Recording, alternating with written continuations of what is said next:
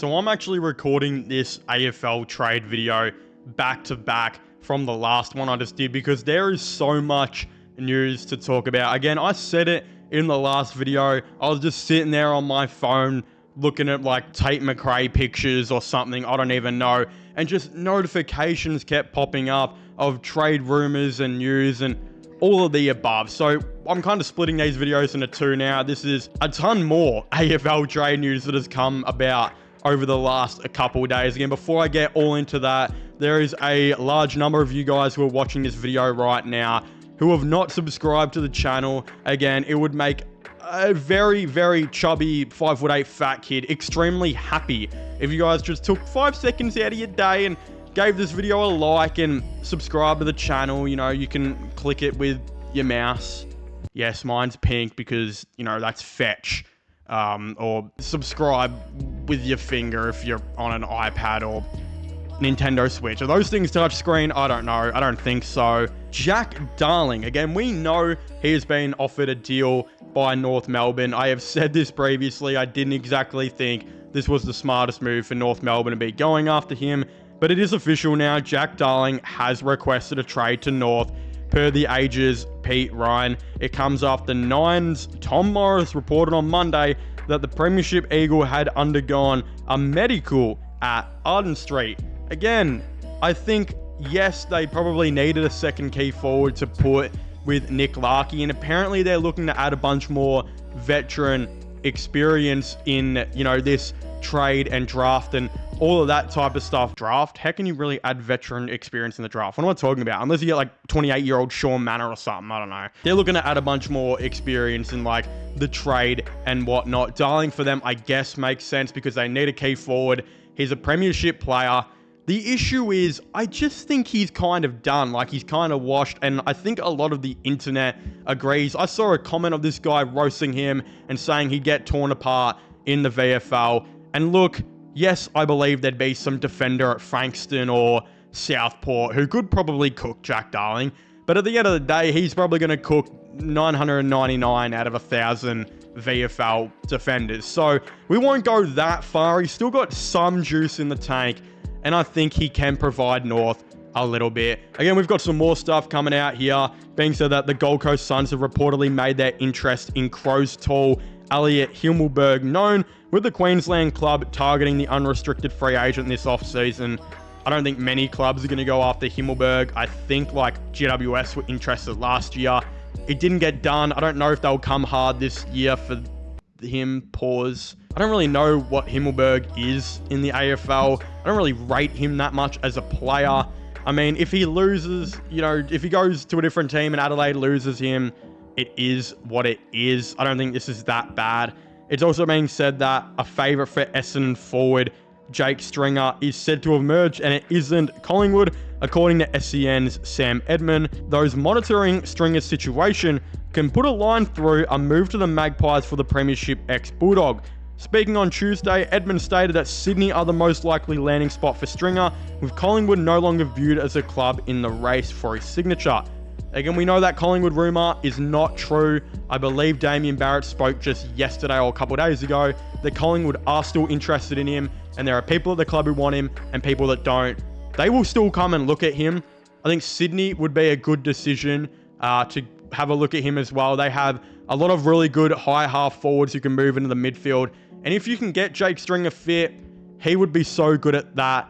But if he's going to be unfit and he's not going to try and be lazy like he did at Essendon for a lot of times this year, despite like the 40-goal season, then I don't think Sydney will be too keen on Jake Stringer, but they are definitely an option for him right there. Tom McDonald recently just re-signed with the Melbourne Demons for 12 months. Great move for them. I know he's been in and out of the team over the last couple of years, but this year, 2024, he really established who he was going to be, and he was very good down back. He was so much better than Adam Tomlinson that Adam Tomlinson is looking to leave.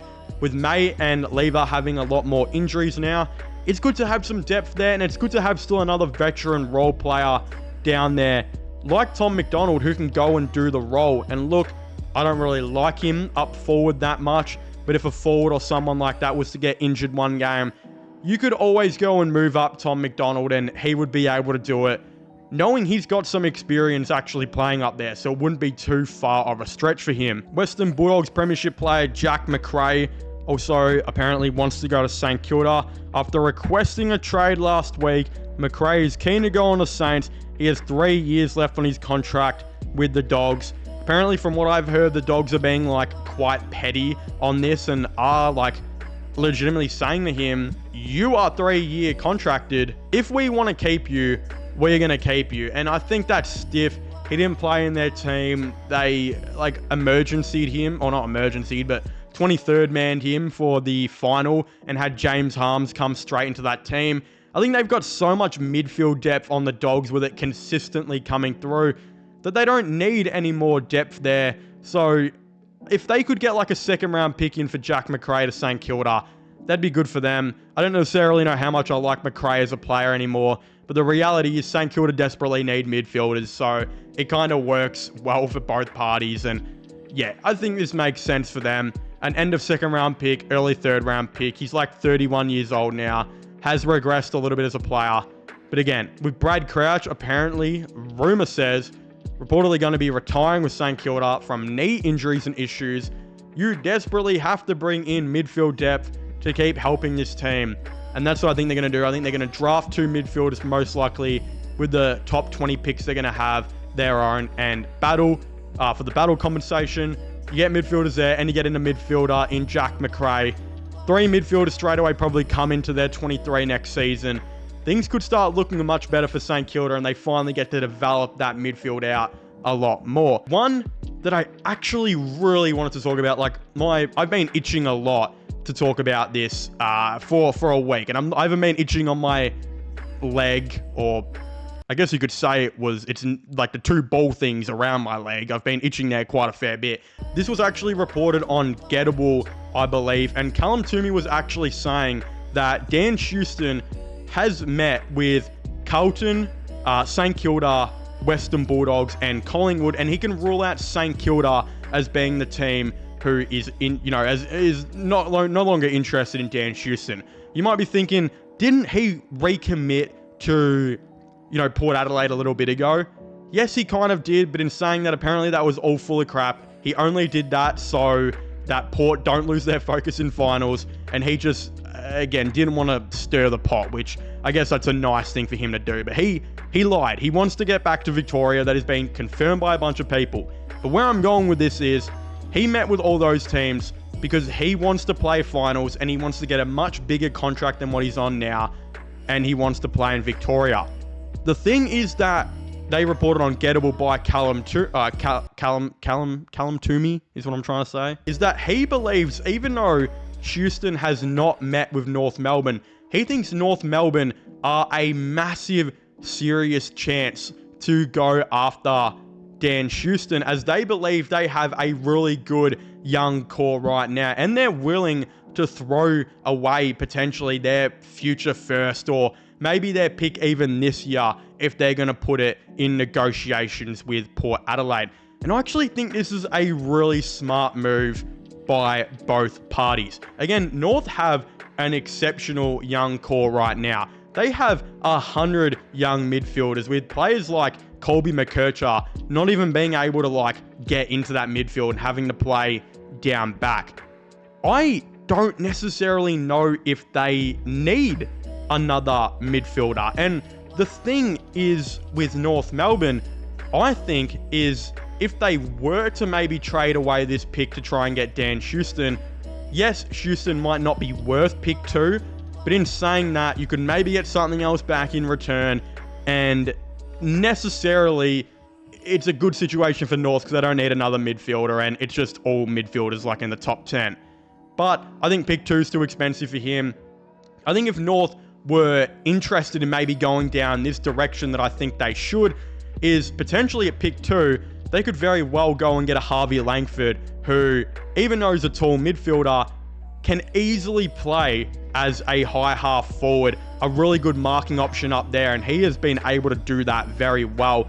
They could go out and get him and play him 50% forward, 50% midfield, and then trade next year's future first round pick to go and get Dan Houston to the team. Again, assuming they get Houston, a Harvey Langford, a Jack Darling, and maybe another player or two, which we know they're interested in.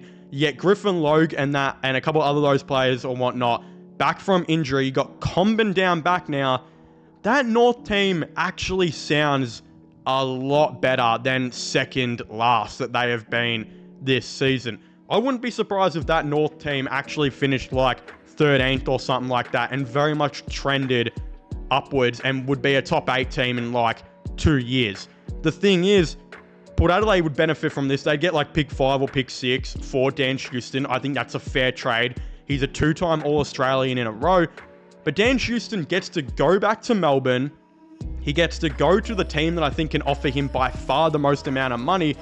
And I think if North Melbourne, gained him, Harvey Langford, and continue to develop this young core, there is no reason they wouldn't make the 8 in like a year or two after 2025. We got to remember, before 2024, North Melbourne had by far like the worst backline I think I've nearly ever seen in my days of watching footy. All of a sudden, they added Charlie Comben down there, who has been really good for them. Griffin Logue is going to come back from injury. You have a chance to get Dan Houston, a 2-time All-Australian halfback, arguably the best halfback in the game. And I think if they really wanted to, if they wanted to maybe move some picks, try and trade up in this year's draft, they could very well go after a Luke Traynor, who is the best key defender in this draft, who was dropped all the way from ranking like number 9 to number 17. Again, if he is available at like 14 and North trade up their second round pick this year and maybe next year to try and move up and get him, that would be such a W by North Melbourne. You would practically fully fit all of this out. And even though this kind of sounds NBA 2K-ish and pretty like fantasy-like, I actually really disagree, because I think if Dan Houston was thinking right, North Melbourne should 100% be an option for him. Because if you try and go to Collingwood, Carlton, or Western Bulldogs, 2 of those teams don't even have their first round pick this year. And their picks are not going to be high at any means. It is going to be complicated to get there. Those 3 teams are struggling cap space wise. And even though they're making finals, that should not be the main ploy to go to a team. You have to look at the future and know what is going to be the best available spot for you in a couple of years, if that is the matter. It's not like he's that old.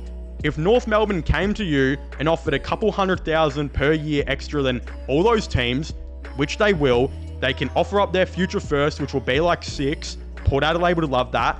Easy trade condition terms. And you know they're going to make the finals in like 2 years. Why? Why is this a bad decision? Why is this not being talked about more?